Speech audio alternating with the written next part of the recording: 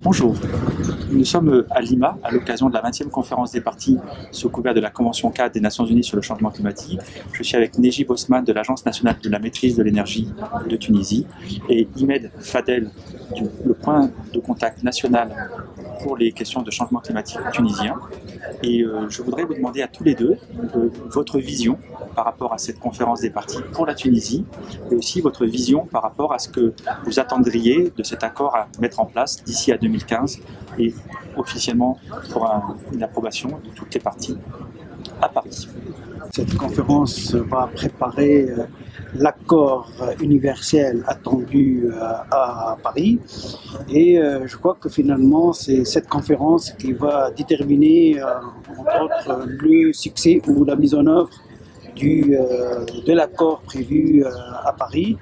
L'idée maintenant c'est de se mettre d'accord surtout sur une volonté commune de l'ensemble des pays, chose qu'on n'a pas pour le moment.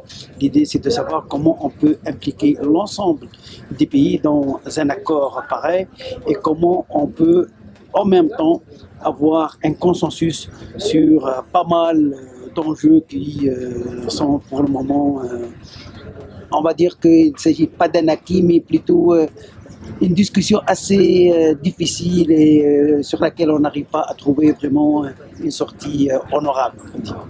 On porte beaucoup d'espoir sur cette conférence pour baliser la route vers Paris. À Paris, où on s'attend à adopter un accord international pour justement renforcer la mise en œuvre de la Convention.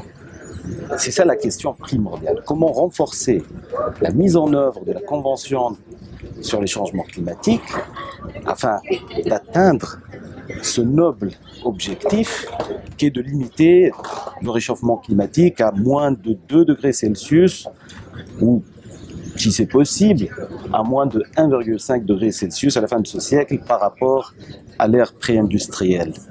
Alors comme vous le savez, les pays en développement, notamment la Tunisie, sont frappés de plein fouet par les impacts du changement climatique. Donc, à première vue, c'est l'adaptation au changement climatique qui constitue la priorité des priorités en Tunisie dans ce contexte de changement climatique. Toutefois, la Tunisie considère que la réduction des émissions de gaz à effet de serre, ce qu'on appelle communément l'atténuation, et aussi l'adaptation au changement climatique sont les deux faces de la même pièce de monnaie. On ne peut pas tenir longtemps un discours schizophrène, en quelque sorte, en demandant juste et seulement aux pays industrialisés de limiter les émissions de gaz à effet de serre et de prendre une décision, telle que la position des pays pétroliers, de ne rien faire. Donc la Tunisie s'est inscrite volontairement et depuis des années dans une politique qui s'inscrit dans un développement sobre en carbone et aussi résilient dans une certaine mesure, je le dis, aux impacts des changements climatiques. Donc, qu'est-ce que la Tunisie attend de cette conférence et aussi de la conférence de Paris? C'est d'arriver à un accord équitable, juste, qui permet au pays de passer à l'action. On a marre de ces discours et de ces débats politiques stériles qui ne mènent pratiquement à rien depuis des années. On veut un accord qui pourrait être mis en œuvre. Comment? C'est aux techniciens de nous éclairer là-dessus, mais la chose la plus importante, c'est de fixer des objectifs pragmatiques, réalistes, à moyen et à long terme, et aussi de mettre en place les mécanismes nécessaires qui permettront à la Tunisie, à l'ensemble des pays en développement, notamment les pays de la francophonie, à passer à l'action et contribuer efficacement à cette lutte contre le changement climatique. Parce qu'effectivement, la Tunisie fait quand même partie des pays qui ont mis en place des politiques et des mesures particulièrement innovantes. Sur le sujet, par exemple, des NAMA, vous êtes quand même parmi les pays quand même bien leaders. Vous avez un nombre de portefeuilles de NAMA extrêmement avancé. Au niveau des communications nationales aussi, vous êtes aussi extrêmement avancé. Est-ce que vous pouvez me donner tous les deux quelques exemples justement de ces stratégies mises en œuvre par la Tunisie, à la fois sur l'atténuation et à la fois pour la prise en compte de l'adaptation, que ce soit sur les NAMA, sur le bâtiment, sur les énergies renouvelables. Vous êtes quand même véritablement un pays leader au niveau de la sous-région, et très clairement ça peut aussi donner de l'inspiration à d'autres pays de s'engager sur cette voie de la transition que vous avez déjà commencé à mettre en place. La problématique de l'atténuation, c'est une problématique énergétique. En Tunisie, on s'est rendu compte que finalement, si on veut faire disons, un effort assez important de point de vue atténuation des émissions de gaz à effet de serre, c'est au niveau du secteur de l'énergie que ça se passe. Et finalement, on a opté, dans ce secteur d'énergie, on a opté pour une vision de long terme. On peut dire qu'au niveau de l'atténuation, on a choisi deux approches. Une vision de long terme, mais une vision aussi basée sur la concertation. Alors, pour ce qui est de la vision de long terme, l'idée, c'est surtout de mettre l'accent sur deux piliers qui sont l'efficacité énergétique et les énergies renouvelables. Et à ce niveau, la Tunisie a fixé des objectifs quantitatifs en termes de maîtrise de la demande d'énergie. L'objectif, c'est de réduire le niveau de la demande de 34% à l'horizon de 2030. Et le deuxième objectif, c'est au niveau des énergies renouvelables. L'idée, c'est d'atteindre une part des renouvelables de 30% au niveau de la production électrique. Alors, ces deux objectifs, renouvelables et efficacité énergétique, vont se traduire aussi en termes de réduction de gaz à effet de serre. Et notre objectif, c'est d'avoir un découplage net entre évolution des émissions de gaz à effet de serre et croissance économique. Et d'après les premiers travaux qu'on a réalisés, l'objectif consiste à réduire l'intensité carbone de 50% à l'horizon 2030 par rapport à une année de base, l'année de base 2010. Ça c'est donc voilà, ça c'est donc la vision de long terme. Mais comme je l'ai dit au début, cette vision est surtout basée sur une concertation et sur une approche participative dans le sens où tous les acteurs ont été impliqués au niveau des objectifs que je viens de citer. Autrement dit, pour travailler par exemple sur un scénario socio-économique d'encadrement, on a fait appel à l'ensemble des organismes concernés.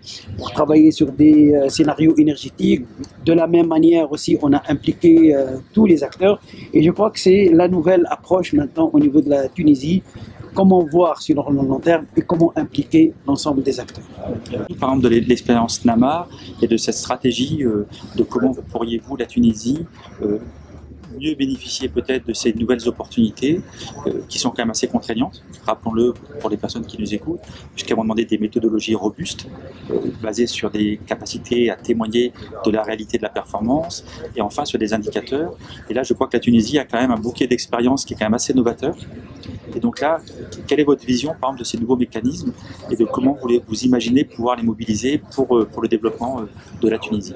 Bon, je reviens juste à la question de la stratégie nationale sur le changement climatique, parce que en Tunisie, nous avons adopté une approche assez innovante. Alors, lors de l'élaboration de cette stratégie, le ministère chargé du développement durable et de l'environnement a joué le rôle d'un catalyseur et d'un coordinateur. Parce que on est convaincu que pour une mise en œuvre efficiente et pour une mise en œuvre efficace de cette stratégie, 3 éléments sont nécessaires. L'appropriation, l'internalisation des coûts et la budgétisation.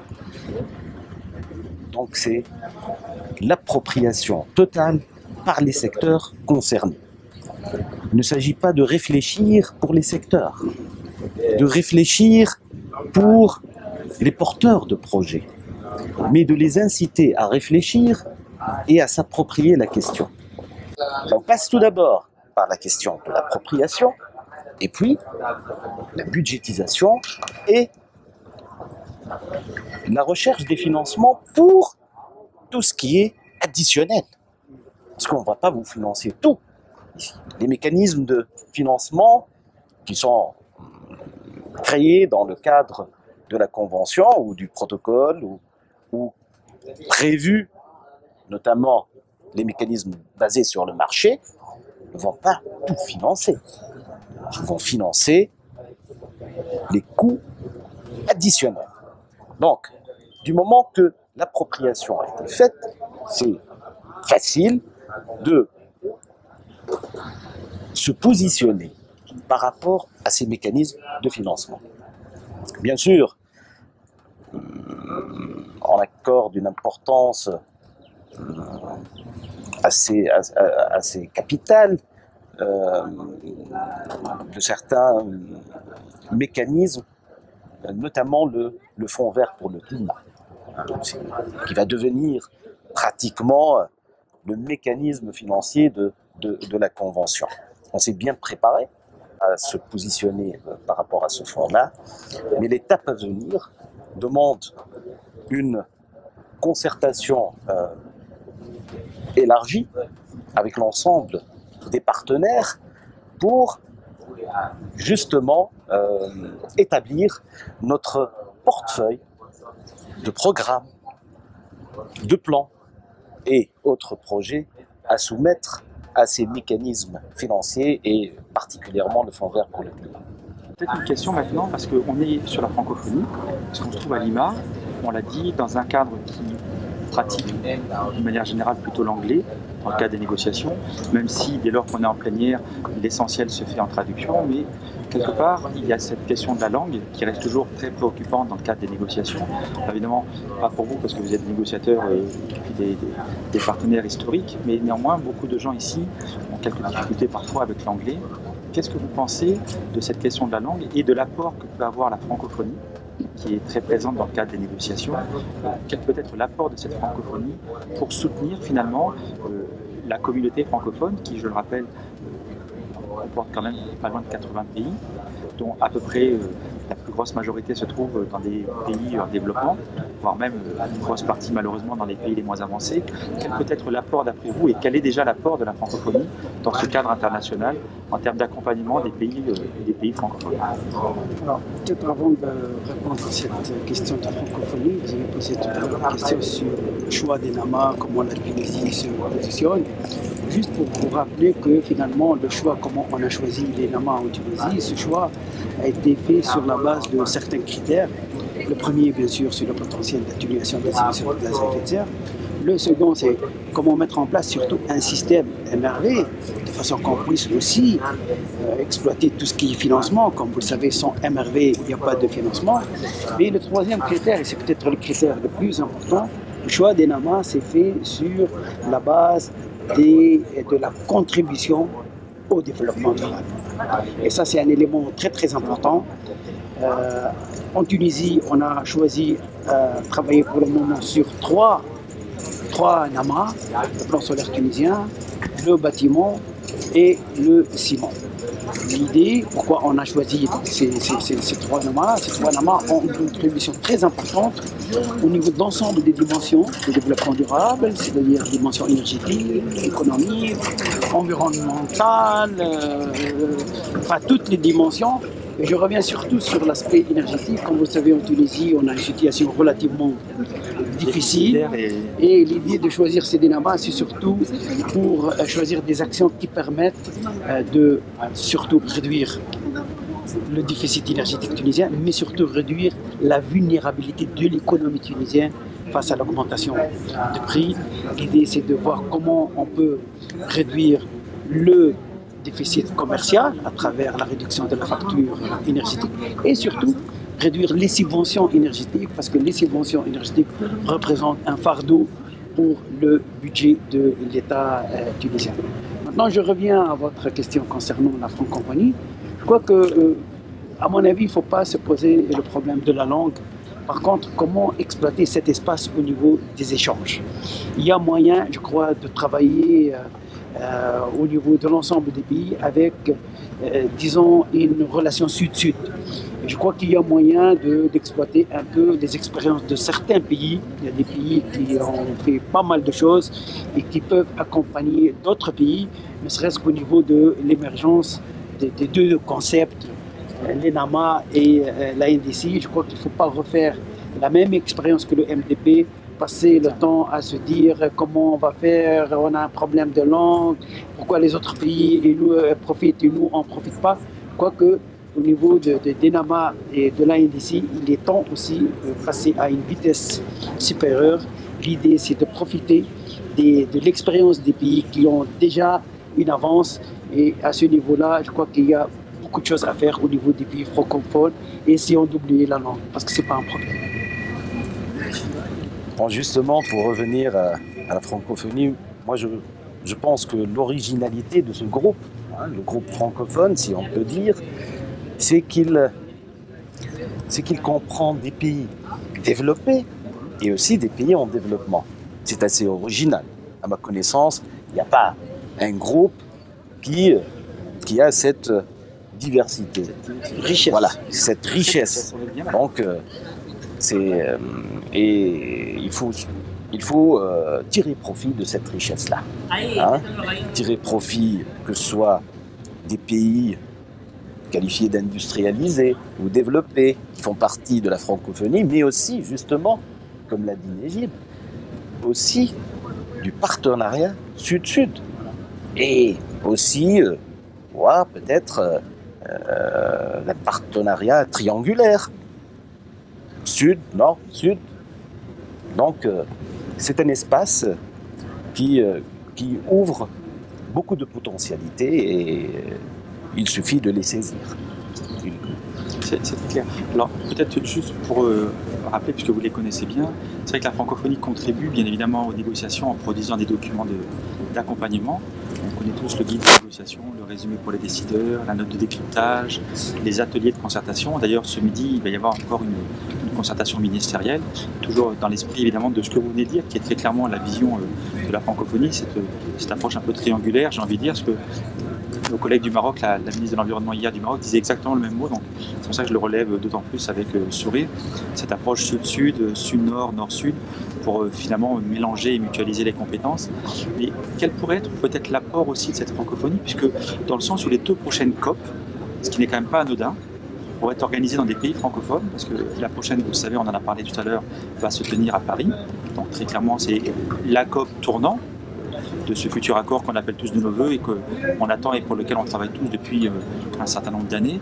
Et la COP d'après, officiellement, sera au Maroc, qui va jouer un rôle particulier, parce que le Maroc et la Tunisie, c'est quand même 2 pays qui ont des similitudes de stratégie, peut-être pas les mêmes historiques. Sur le NAMA, la Tunisie, effectivement, a pris le train beaucoup plus en avance et fait partie des leaders, même au niveau mondial. Sur les NAMA, c'est très clair.